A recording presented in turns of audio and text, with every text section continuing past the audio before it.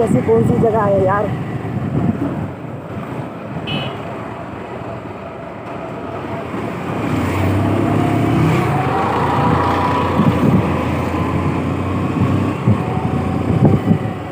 अभी तो चलते रहो सीधा, चलते वो आगे वाली गली में से घुसाना पड़ेगा कार के आगे।